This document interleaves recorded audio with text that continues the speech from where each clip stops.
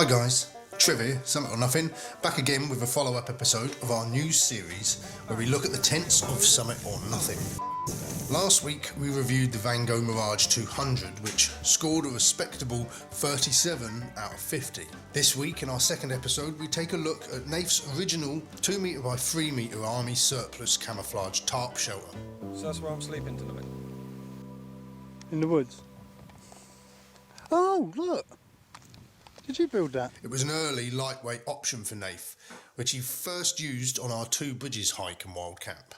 Whilst tarp camping is a great lightweight option, ideal for through hiking and stealth camping, considerably reducing both weight and space in the pack, whilst also being a cheaper option initially, being open to the elements isn't for everyone and does pose its own set of problems to overcome. Oh, look, that's what Nath was whittling his sticks for last night. Putting his boots upside down so water didn't get in them. Ingenious, aren't you, Nath? Ray Mears. No, you're not. This tarp cost Nathan about £25. A great price for a shelter, but then additional costs would soon add to this tarp. To start with, this tarp had plenty of loops for cord to be tied to, but the fact that it came with no cords meant that this was supplement purchase number one. A quick Google suggests that this could add anything from £3 to £20 onto your purchase. This also meant that no cords had been attached. Fine for an army trained man scout like Nath, who prepared his cords before he went out. Fail to prepare and prepare to fail. But if you're like me, a newbie to the outdoors, and with an appalling catalogue of not knowledge, you would have struggled with this. Like some clever dick, I've done these all in figure of 8 knots. Because of my penis. Because of your penis. Then you need to peg this tarp down to the ground. To buy a set of pegs could also cost anything from £5 upwards. Also, this tarp setup requires a pair of hiking poles, which for a half decent pair you're probably looking at anything from £20 upwards. But very often a hiker has his own poles anyway, so this may be just making use of equipment that you already have. The next thing to consider when using a tarp is the bivvy bag. You can buy cheap watertight bivvy bags, but this is very often a condensation hotspot. A decent breathable Gore-Tex bivvy bag can reduce this, but it can cost anything skywards of £30. It also looked a bit of a fiddle to set this tarp up, getting the tension right to keep it up and to prevent the poles from falling. Again, someone like me would have found this task absolutely frustrating and probably would have wound up having to retrieve an angrily thrown hiking pole from a nearby river. Rather Nath than me. Once erect, this shelter looked more like a gazebo. There was barely any side protection at all. If it was really blowing from one side, I'd peg it straight to the ground, see?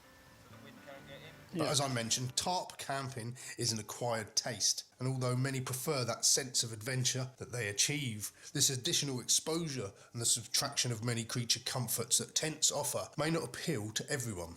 Nath's 2x3 army surplus tarp only made it out twice, which is probably testament to its impracticality. So what I did last time is I fed this main string through these, Yeah. but this time I've not done that, Ah. so that I get a downward slope at the ends as well. Although the second time out, Nathan was sharing with Moby, who just couldn't settle in a shelter with no door. Do you want to go in my tent tonight, do you?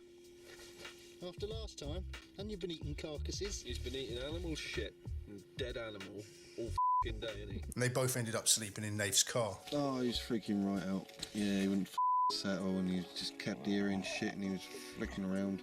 Nath admitted, however, that this setup was not ideal, and from here he went on to purchase the DD Hammock's ultralight tarp, which we will review in a later episode.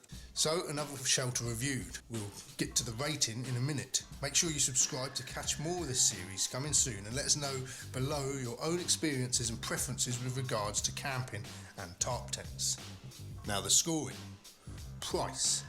A cheaper option. The tarp shelter is considerably cheaper than most tents. This one is still at £25, but purchases necessary to complete the set soon add a little, if not a lot, of additional costs to the setup. 7 out of 10. Weight. Lighter than most tents and utilising hiking poles that most of us carry anyway, the tarp is a great weight saver for hikers, although this cheaper tarp was not as lightweight as some of the tarps on offer. 8 out of 10. Practicality. This is where the 3x2 tarp completely falls down. Not only is it a complete ball ache to set up, but it also looked a complete pointless exercise, having not managed to really protect or shelter from the weather. 3 out of 10. Comfort. I guess that this setup is only as comfortable as the rest of your gear and the conditions that you decide to camp in. 3 out of 10. Durability.